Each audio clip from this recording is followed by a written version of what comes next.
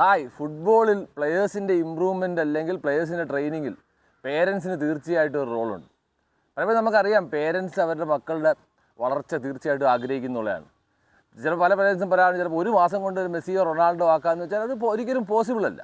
അതൊരു കണ്ടിന്യൂസ് പ്രോസസ്സാണ്. അത് പ്ലെയർ എത്രമാത്രം ട്രെയിൻ ചെയ്യുന്നു, ഡെഡിക്കേഷൻ അനുസരിച്ചാണ് ഇമ്പ്രൂവ് ചെയ്യുന്നത്.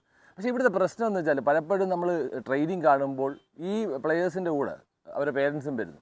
പലപ്പോഴും ഇവർ വെളിയിൽ നിന്ന് കോച്ച് ചെയ്യുന്നു, അല്ലെങ്കിൽ കോച്ച് ഓൾറെഡി അവിടെ ഉണ്ട് എപ്പോഴും. പക്ഷേ പ്ലെയേഴ്സിന് വേണ്ടി പേരൻസ് വെളിയിൽ നിന്ന് ഇങ്ങനെ പറഞ്ഞുകൊണ്ടിരിക്കുകയാണ്. അപ്പോൾ തീർച്ചയായിട്ടും ശരിക്കും പറഞ്ഞാൽ അതൊരു കോച്ചിൻ്റെ ഒരു ഇൻവോൾവ്മെൻറ്റ് തീർച്ചയായിട്ടും ബാധിക്കും എന്നുള്ളതാണ്. കാരണം കോച്ചാണ് ഈ ഗെയിമിൽ കംപ്ലീറ്റ് ആയിട്ട് വിഷ്വലൈസ് ചെയ്യുന്നത്, അയാൾ ട്രെയിൻ ചെയ്യുന്നു.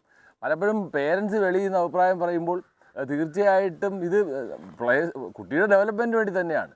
എന്നാലും ഒരു കാരണവശാലും ഇത് പാടില്ല എന്നുള്ളതാണ്. കാരണം പേരൻസ് എപ്പോഴും അവരുടെ മക്കളെ കൺസേൺഡ് ആയിരിക്കും. കോച്ച് ചെയ്യുന്ന എപ്പോഴും ഒരു ഗ്രൂപ്പ് ഓഫ് പ്ലേയേഴ്സിനെ ആയിരിക്കും.